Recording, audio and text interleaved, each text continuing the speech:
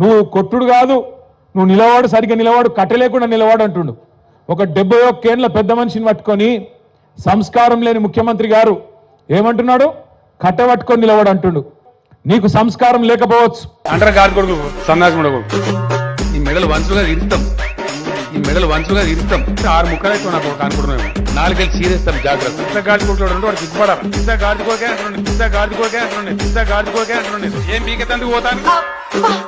చిల్లర నాయాలు ఎవడు వడ్డ వాడే ఎటు వడతడు మాట్లాడుతాడు. శాతగాని పెద్దమ్మ డబ్బర్ నాయకులారా, బేకార్ నాయకులారా, బఫూన్ నాయకులారా, ఇంకా చిల్లరగాలి లఫూట్ ఎవరు చెప్పినా